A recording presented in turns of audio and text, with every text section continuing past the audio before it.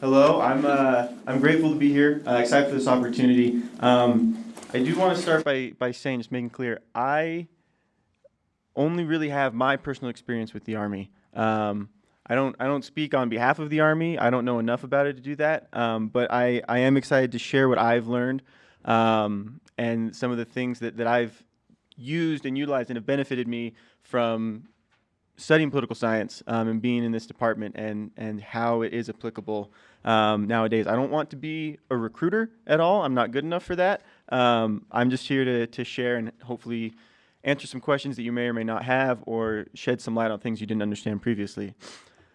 Um, so we do a lot of slideshows in the Army, especially on the officer side of the house. And every slideshow I've ever seen has an agenda slide. So just out of habit, I threw it in here.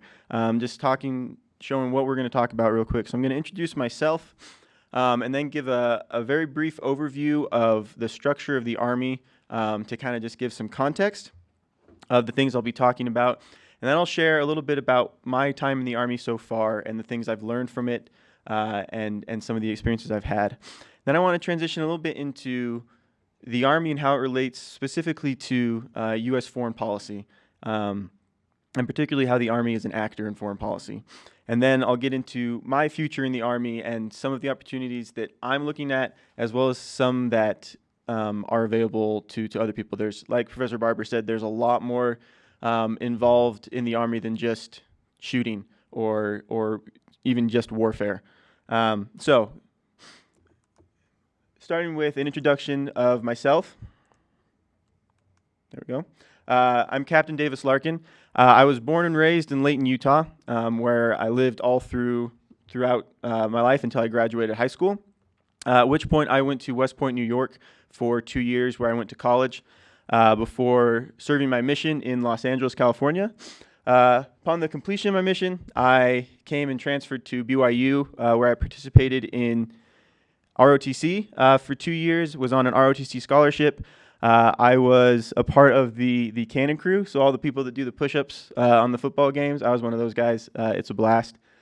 I majored in political science with a minor in international strategy and diplomacy. Early on in my time at BYU, I took Poly 328 and loved it. And after I took the class, I was able to be a TA for 2 semesters, which is where I met Professor Barber. While I was at college as well, I met and married my wife, Sarah, who's sitting in the back with me. We've been married for over 4 years now, and we have our little 5-month-old daughter, Georgia, who's completely changed everything for us.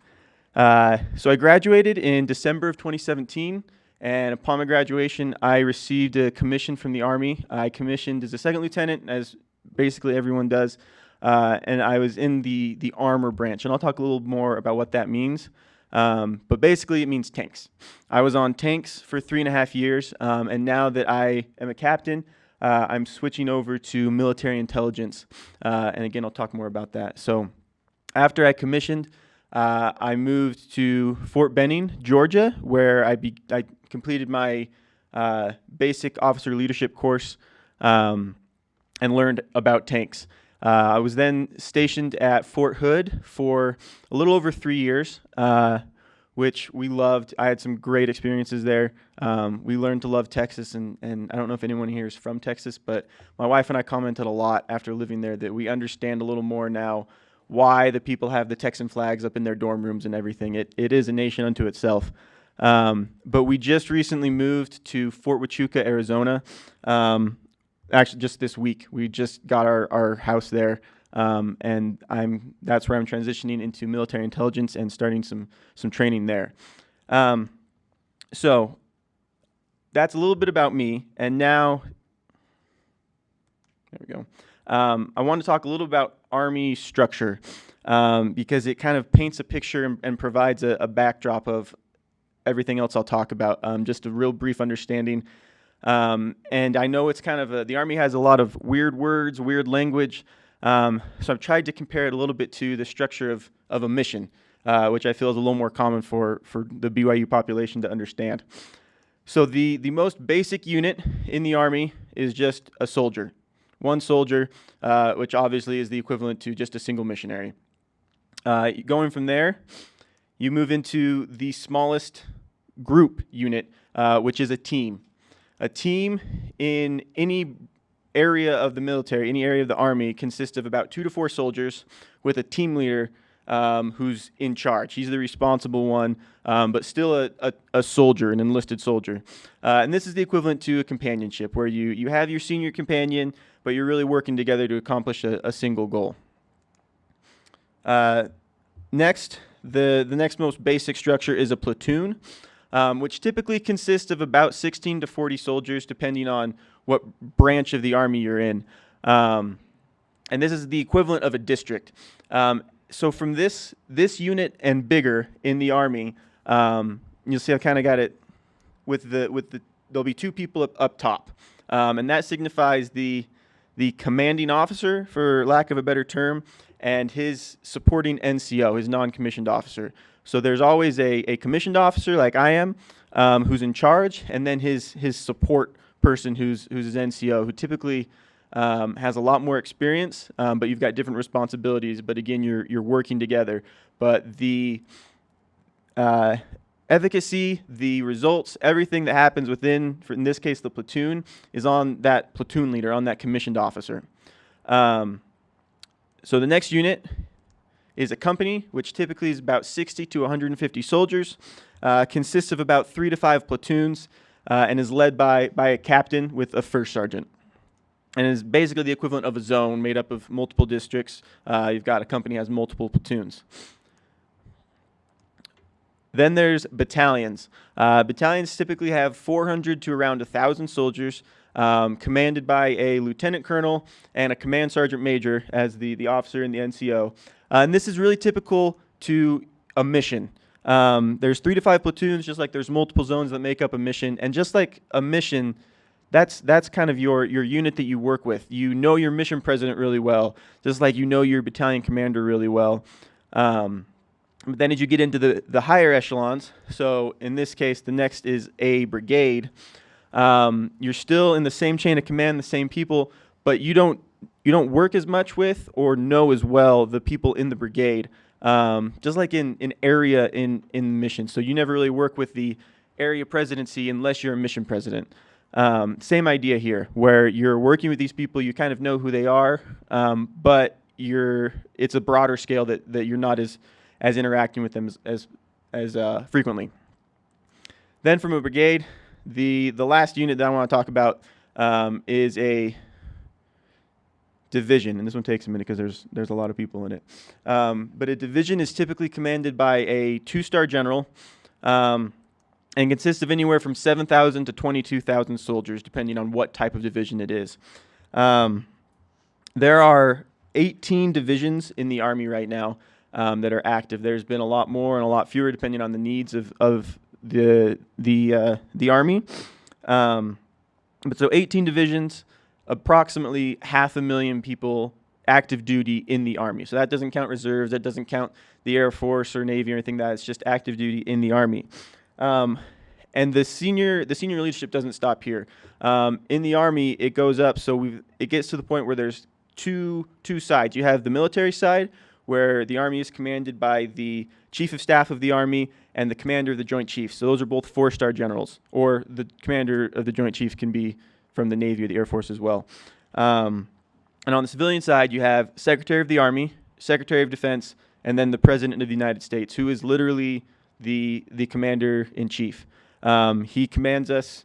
His word is final in what we do or do not do.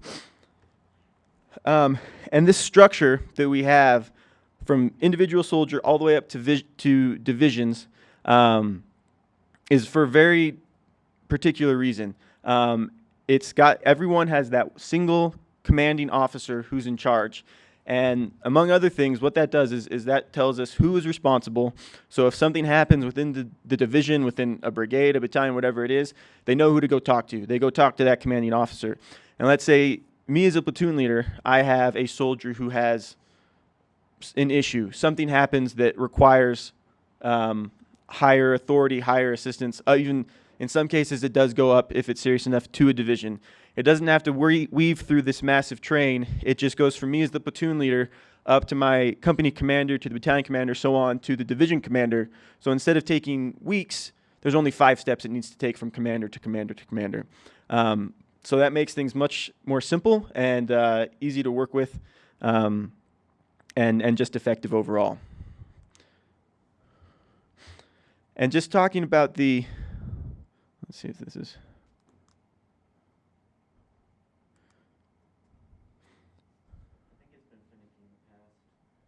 yeah, we'll see if I can. Okay, well, if it catches up, I will go on back to it. Oh, there we go. One too far, though.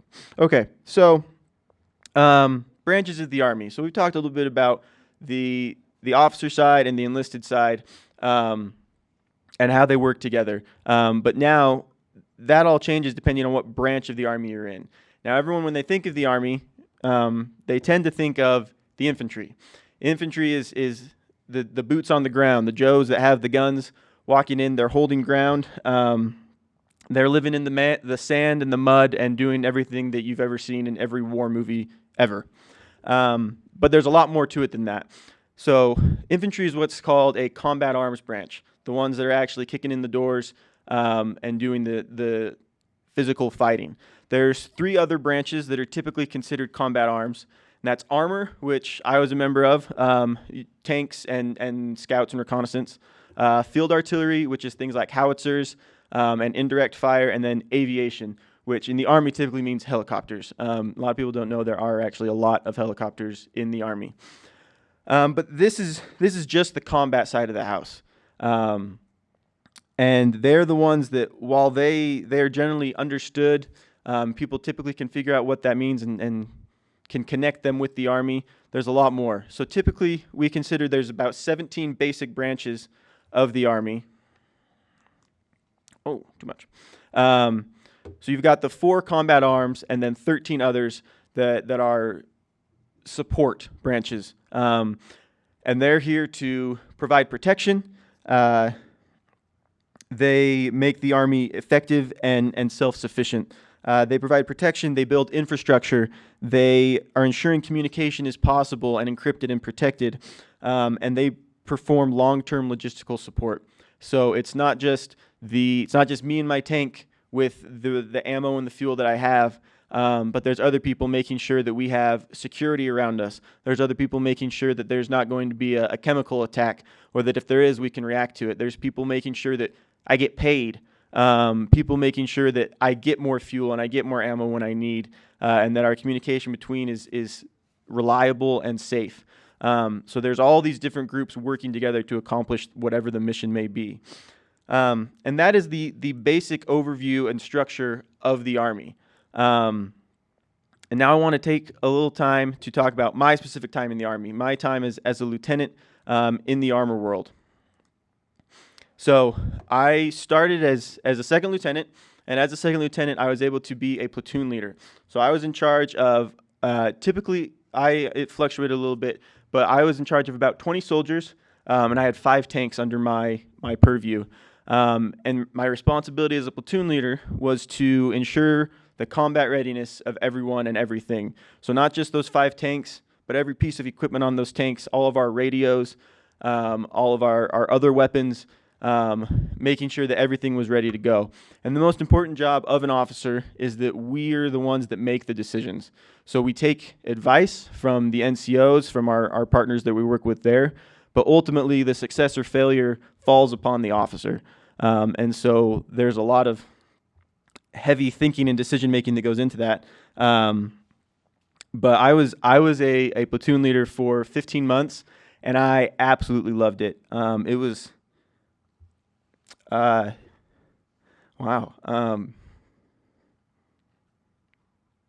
It was some of the best time of my life. Got to work with some amazing people, learned so much.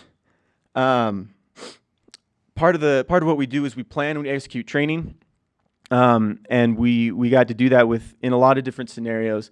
I got to teach a lot of soldiers, and I got to get really close with a lot of incredible people that have certainly changed my life.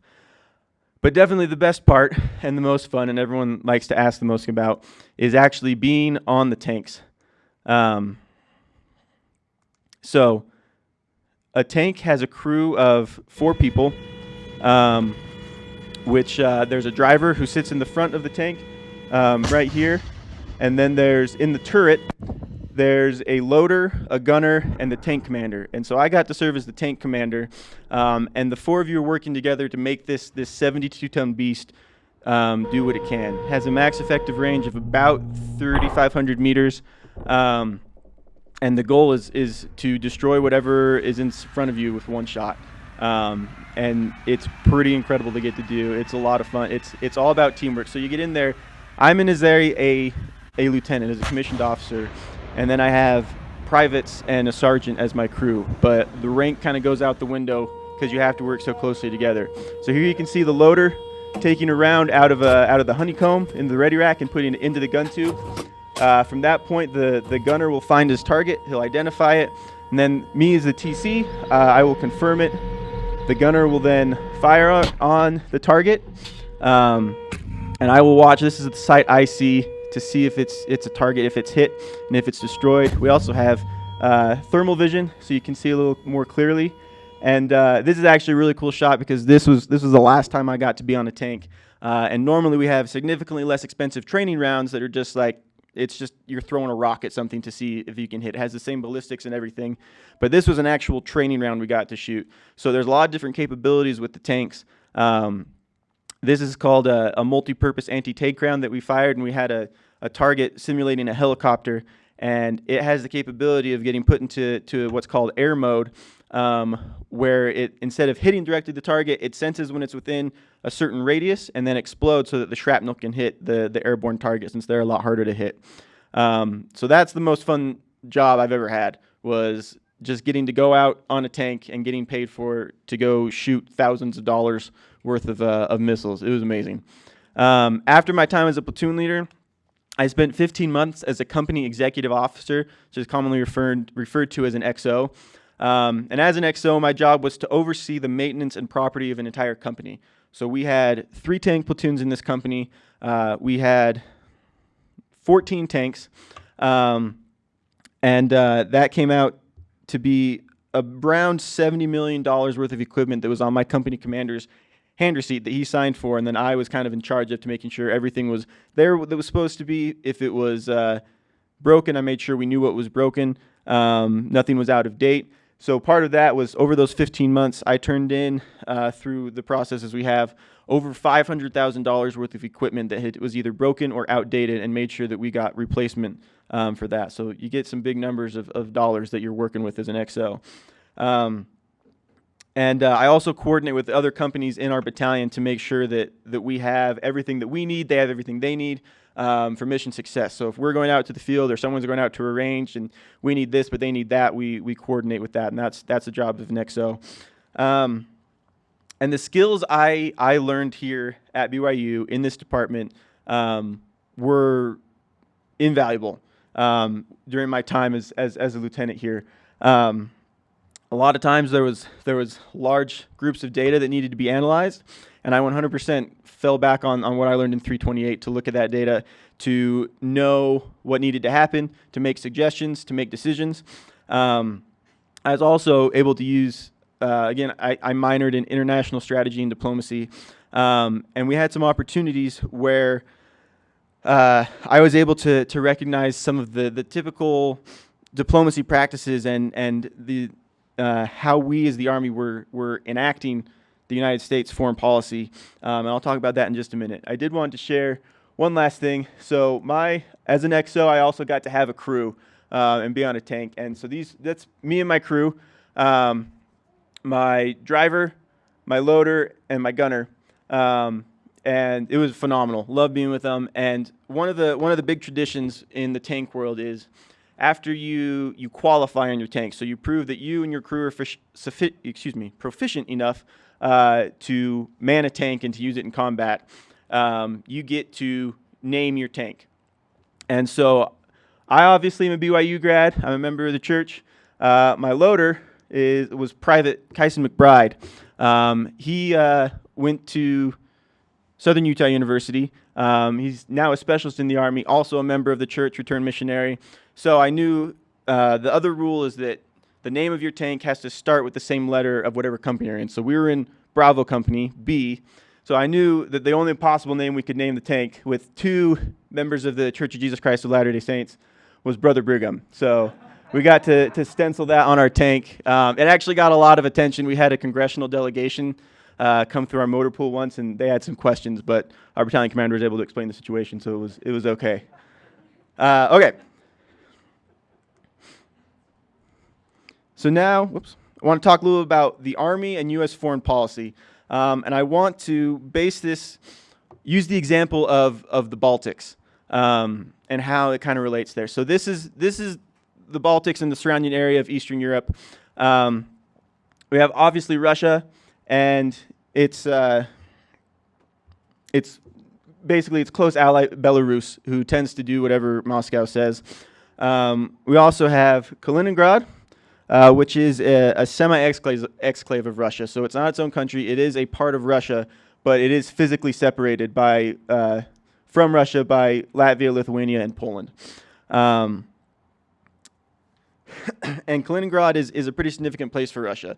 It holds the only port on the Baltic Sea for Russia. Russia has further up here on the Baltic Sea, but it's too cold up there.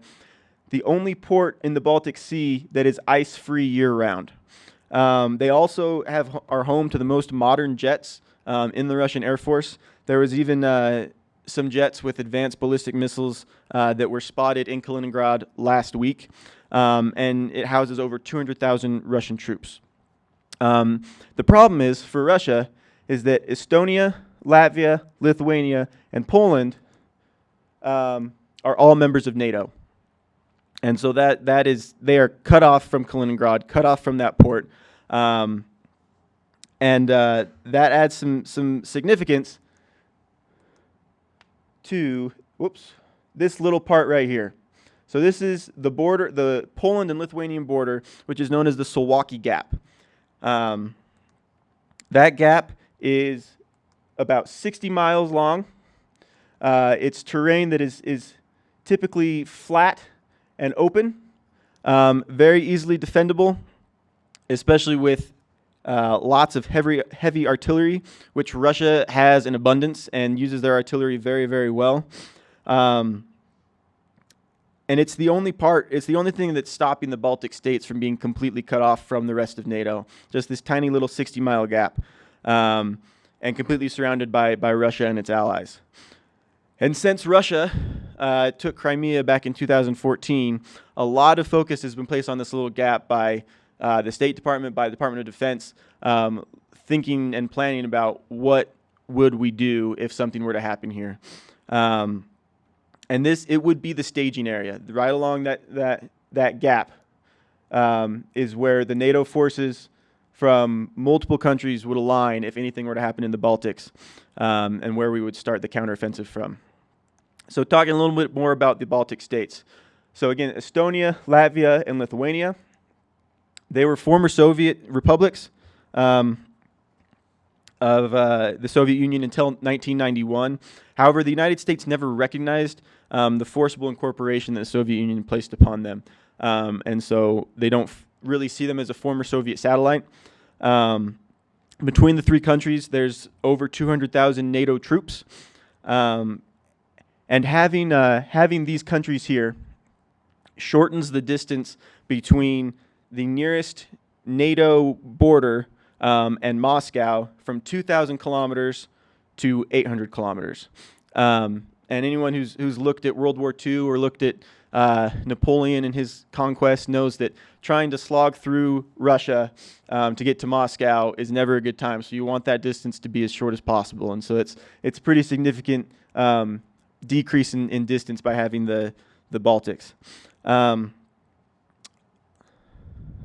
They've been NATO members since 2004, and Estonia and Latvia are the only NATO members that share a border with Russia.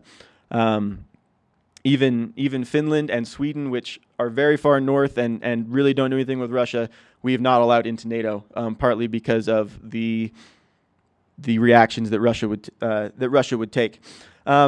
And according to a Rand Corporation study in 2016, they determined that all three of these capitals can be reached and taken by Russia within 48 to 60 hours, assuming that they are able to stage in Belarus, which is a pretty fair assumption.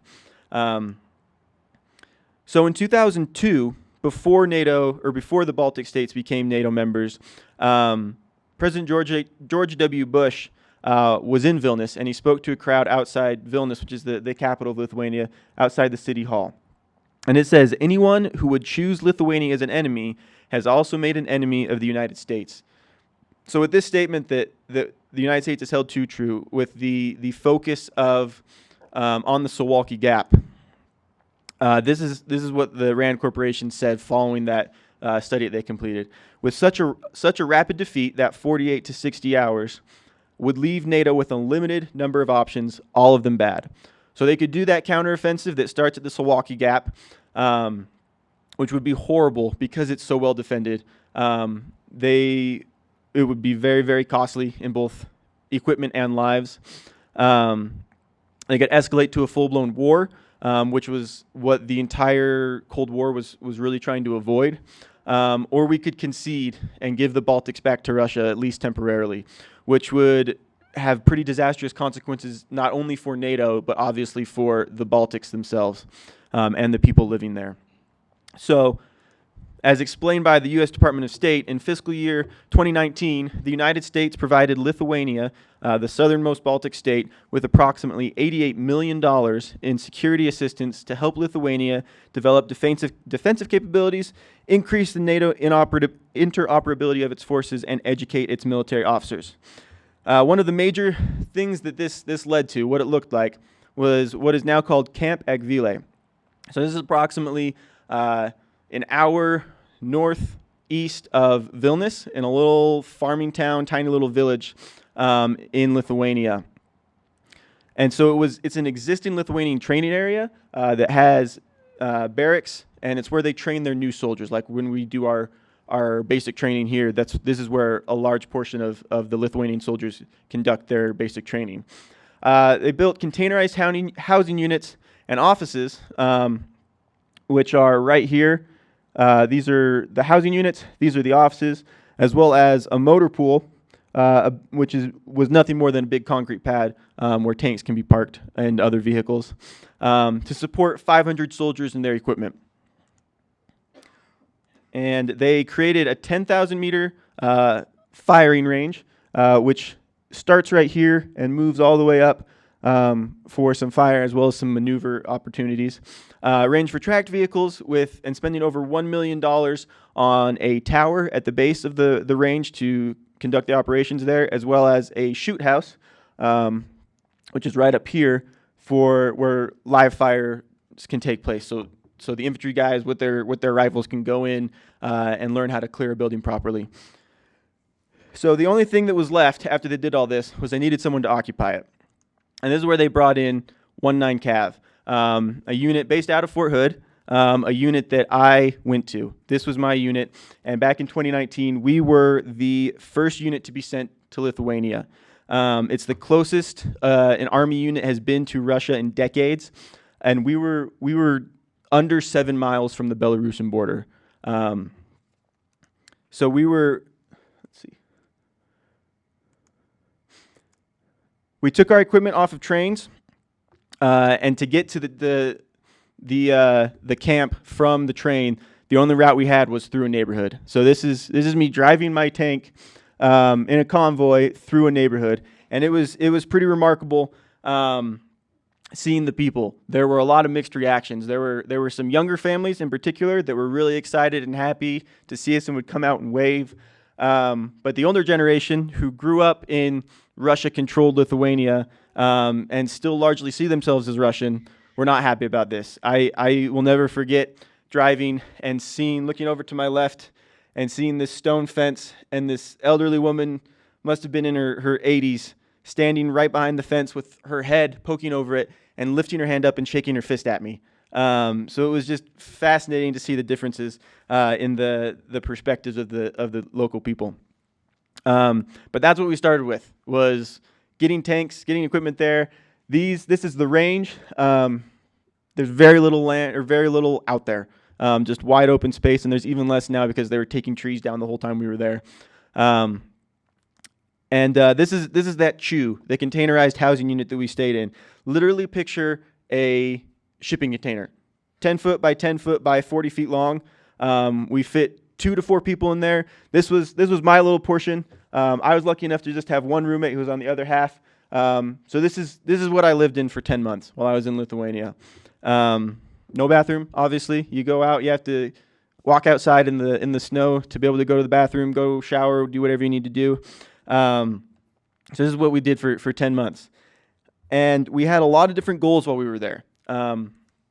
We, of course, had to conduct our own military training, make sure that we were ready to go and up to standard on our qualifications and everything else, as well as practicing our tactics and really putting on a show for Russia that we were constantly told was watching us, so that they knew that we were capable and we were doing everything that we were supposed to be able to do.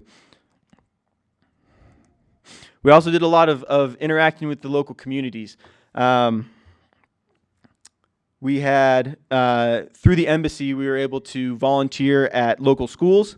We were able to attend night English classes for adults and work with people there and participate in different service projects for communities surrounding the camp. We were able to meet with leaders. This is the Lithuanian president and my then battalion commander. He came. These are all of the CHUs that you see. He came to inspect our facilities and even rode around in a tank with our battalion commander for a little while. We got to train with allies. A lot of NATO forces came through while we were there. We got to train a lot with Lithuanian, Norwegian, German, and Danish soldiers. It was a fantastic opportunity. The Norwegians had their tanks that we got to go. I worked with one of the crews pretty closely, and they let me hop on their tank and hop inside and talked a lot about the differences between our capabilities and just how the tanks work. We taught them about our tanks. You can see right here is one of our master gunners teaching about tanks, as well as more specialized units like our mortar platoon. Our medics talked about different tips and things that they had learned. We also got to participate in what's called a combined arms live fire exercise with the Norwegians. And so what this was I worked with the Norwegian platoon. They would go out and they would simulate their conducted reconnaissance and create a simulated opening for us in the range. Then we would go through and clear a path for them so that they could move through with our own infantry unit and clear a bunker that was up there. And this was all to simulate possible scenarios that could happen if a war were to happen with Russia, and gives us practice with interacting with these different units and working with them and seeing our tactics and how they work together. And so while we worked constantly on all of these goals to prepare for any sort of direct action that Russia might cause, we never received any direct action. But that doesn't mean that Russia wasn't doing things. So again, we're only 7 miles from Belarus. And they're so close that we were constantly monitored. We were told to expect them to be watching us via satellite, to be listening to our radios, and even to have Russian sympathizers in the community that could be reporting to them. The biggest thing that we did see was disinformation. We unloaded all of our equipment in Riga, the capital of Latvia, where on a massive civilian ship. And there were lots of news reports about it, showing us and working with the Latvian civilians, and it was great. Russia got a hold of these pictures from these articles and posted some pictures of tanks coming off of a boat in Riga and reported that we were invading Latvia. I was also in Lithuania when COVID broke out. And one of my fellow platoon leaders was one of the few members of our battalion who's of Asian descent. His mother's Chinese. He speaks Chinese fluently, 100% American, great guy. And they were able to find pictures of training that we did in Fort Hood over 7 months earlier of him when he was a mock casualty and the medics were treating him. They found all these pictures, posted them, and they said that he was a positive COVID case and that he was being treated by Lithuanian doctors in Vilnius, which at the time Lithuania was terrified of COVID. They were completely shut down as a country. We were locked down on our camp. We had no positive cases, but that's the kind of things that they were putting out. My wife was very much involved with the group of spouses and other support people back home, putting out news and that sort of thing. And one of the big things that they told her was, don't post anything on social media. Don't talk about what they're doing. Don't put pictures, because in the past, Russia has gotten these pictures and tweaked them, turned them around on whatever they need to do, and made it look as though U.S. tanks were running over civilians. And just incredible, crazy things like that they can do. And so it was a very real threat. It was something that was very accurate, or excuse me, not accurate, very inaccurate, but very active. So while we didn't see combat, we were still being used by Washington. We were very actively a part of the foreign policy of the United States, to the point where now the Lithuanians are calling for a more permanent position there. We left Lithuania, and a few months later another unit came, and then they left, and a few months later another unit came. Lithuania wants us there. We've strengthened that tie with the host country, with the communities there, and we've provided something on the other side of the Suwalki Gap. So it's not just a tactical movement, but also a very political one, very involved with foreign policy. But there's so much more that the Army does. And there's so many different things that we can do, and so many different things that I can do that I want to talk about a little bit of my potential future in the Army. So I mentioned that I was armor, and now I'm transitioning to military intelligence. And so this is a part of what's called the branch detail program. So branches like military intelligence that don't require a lot of lieutenants, they need more higher ranked captains and majors and so on. They basically loan out their lieutenants to go to the combat arms and the other branches that have lots of need of lieutenants and platoon leaders and whatever it may be.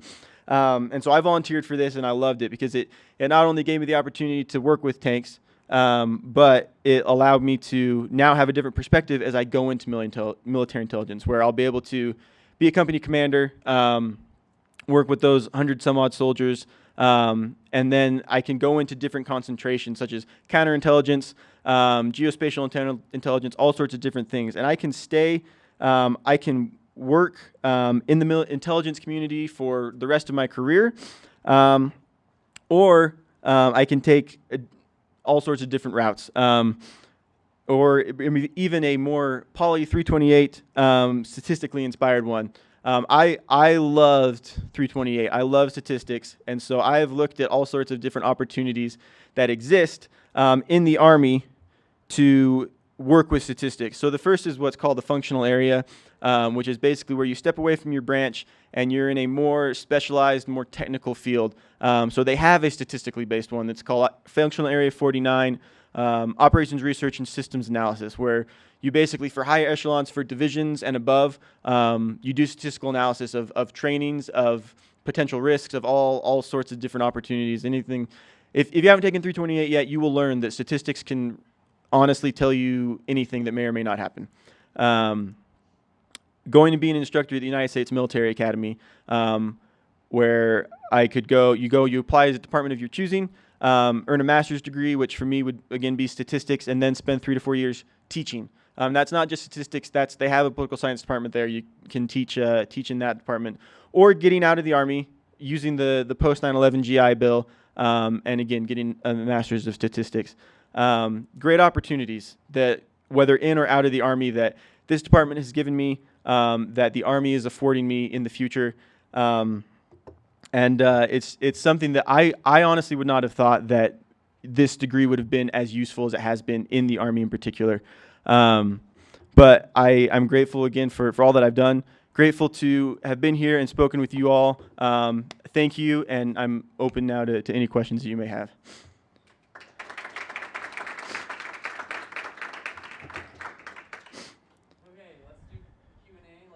If you go over to the microphone, just so that we can get you on the recording.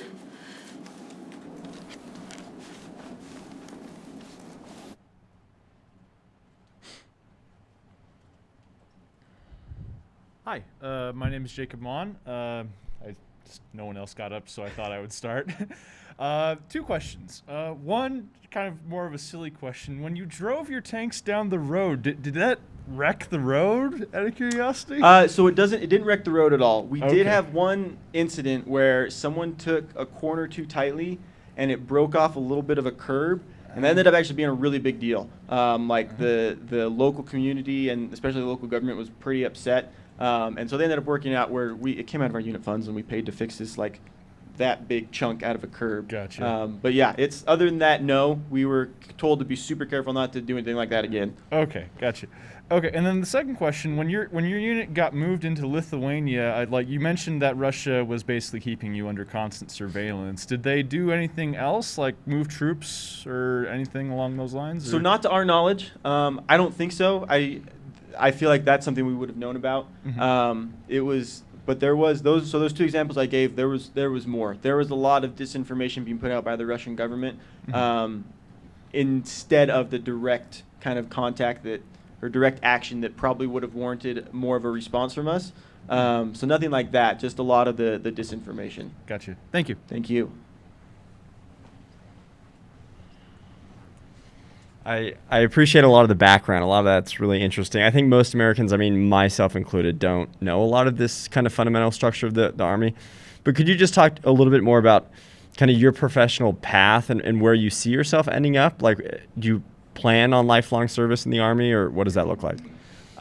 So that's the thing. I've always seen it as I want to get to military intelligence and see what it's like there, because we've known that's where it is. So when you go MI, it requires a top secret security clearance, which is higher than the normal requirement that you need in the Army, and is pretty valuable in the civilian sector. But there's also a lot of really cool opportunities, like some of the ones I talked about. If I stay in the Army, there's also a lot I don't know. So because it requires that top secret clearance, there's a lot in the military intelligence world that I'm not allowed to know about yet. So I start class in a couple weeks, and that's when they'll start kind of telling us about these things. So one of the really nice things about the Army is that there is a lot of flexibility if you're willing to do the homework, do the research, and put yourself out there. So my wife and I have always kind of talked about like not making it a career. I've always said that my goal is to have the military pay for my master's, which there's a lot of different ways to do that. So I've never thought of a 20-year career as my path, as my goal, but honestly, like there's a lot that can change between now and then. So we'll see is basically the answer that we have.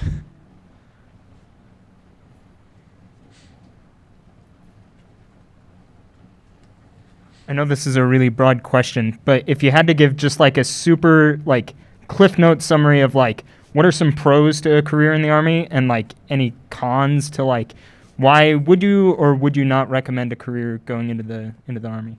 That's a great question. I would say so. I have been married the entire time I've been an officer in the Army, and it's certainly been tough. We've had some great benefits from it. But I would say if I was single and if I could go back and do this all again, if I was single, 100% I would do it, no sweat, because there's so many incredible opportunities for travel, for unique training and other experiences. But if I were to go back and I were married, I don't know if I would. It does put a strain on families because you are gone so much, and even when you're not gone overseas on deployment, there's a really high schedule requirement. But it's, again, the greatest experiences of my life have been being a platoon leader and working with these incredible people that have volunteered to serve. So there's certainly a lot of pros and cons to consider.